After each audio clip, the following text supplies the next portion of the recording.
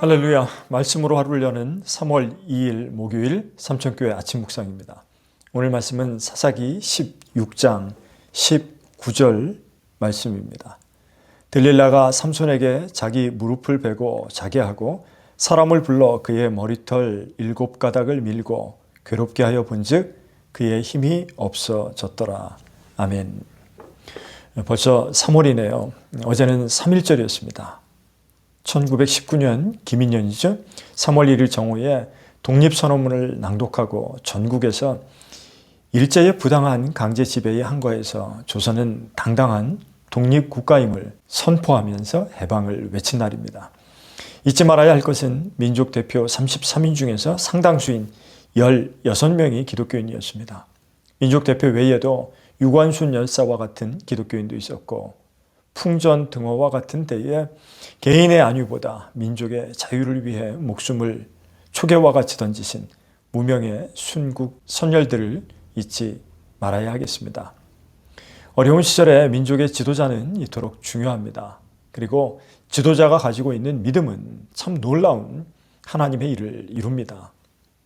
사사기에는 하나님이 난세를 극복하기 위해서 이스라엘에 보낸 사람들의 이야기가 나옵니다. 소라 땅 단 지파 출신의 삼손 이야기가 13장에서 16장까지 나옵니다. 삼손은 블레셋이 득세하던 시절에 나실인 서약을 통해서 태어났습니다. 민수기 6장에 보면 나실인이란 머리에 삭도를 대지 않고 포도주와 독주뿐 아니라 부정한 것은 먹지도 접촉하지도 않기로 서약을 한 하나님께 드려진 구별된 사람을 말합니다. 그런데 정작 이 삼손은 참 흠이 많은 인물입니다. 대적해야 할 블레셋 사람에게서 아내를 맞으려고 하지를 않나 부모의 말씀을 듣지도 않고 자신의 혈기와 충동에 따라서 살았습니다. 나실인이었지만 나실인답게 살지 못했다는 것입니다. 그는 하나님의 은혜로 젊은 사자를 찢어 죽일 만큼의 기운이 센 사람이었습니다. 그런데 그 사자의 죽음에 벌집을 지어놓은 그 꿀을 떠먹기도 하고 또 나귀 턱뼈로 블레셋 사람 1000명을 때려 죽였습니다. 모두 죽은 짐승이나 턱뼈는 부정한 것이고 나실인이 접촉해서는 안 되는 것이었습니다. 그래도 하나님은 그런 삼손이 목이 말라 죽게 되었을 때 에나꼬레에서 우물을 터뜨려서 그를 살려주셨고 부족한 그를 들어서 블레셋 사람을 막으시는 도구로 사용하셨습니다. 그러던 중 삼손은 소래골짜기에 사는 들릴라라는 여인과 사랑에 빠졌습니다. 그러나 들릴라는 블레셋 사람들에게 매수되었고 삼손을 배신하기로 마음먹었습니다. 계속해서 들릴라는 삼손을 재촉하였고 삼손이 가지고 있는 힘의 원인을 알아내고자 하였습니다. 처음엔 마르지 않은 새 활줄 7가닥으로 묶기도 하였고 또 한 번도 쓰지 않는 새 밧줄로 삼손을 묶기도 하였고 또 머리털 7가닥을 섞어서 짠 실로 결박하기도 하였지만 그 모두 무용지물이었습니다.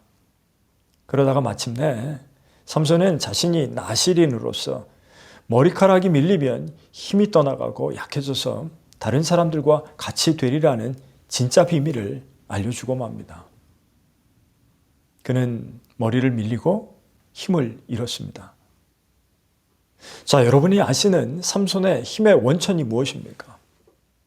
정말 한 번도 자르지 않은 나실인의 머리카락일까요?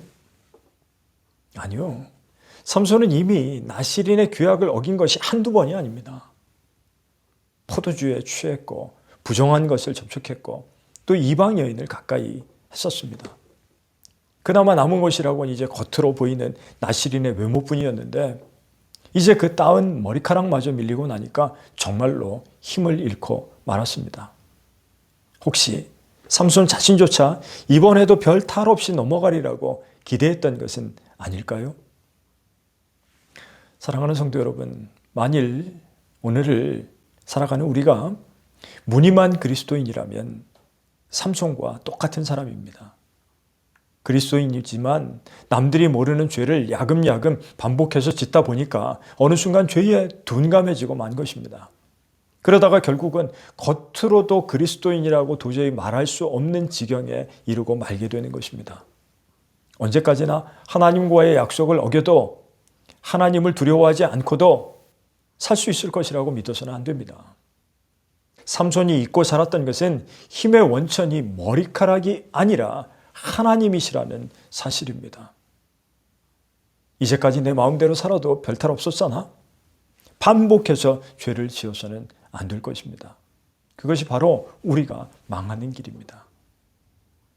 삼손이 블레셋의 손에서 이스라엘을 구원하기 위해 세우신 사명자라는 것을 잊었을 때 화가 되었듯이 우리를 이 땅에 내신 또 그리스도인으로 살아가게 하신 목적을 잊어서는 안 될 것입니다.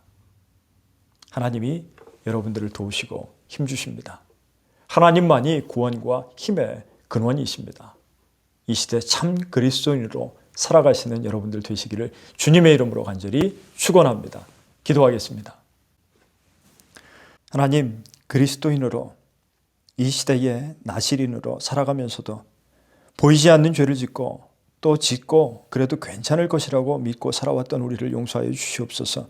하나님만이 힘의 근원이시고 우리에게 힘 주신 이유가 이 땅의 복음과 구원의 소식을 전하며 하나님 나라를 확장하는 것에 있음을 다시 한번 확인하며 살아가게 하옵소서. 우리 주 예수 그리스도의 이름으로 간절히 기도드리옵나이다. 아멘.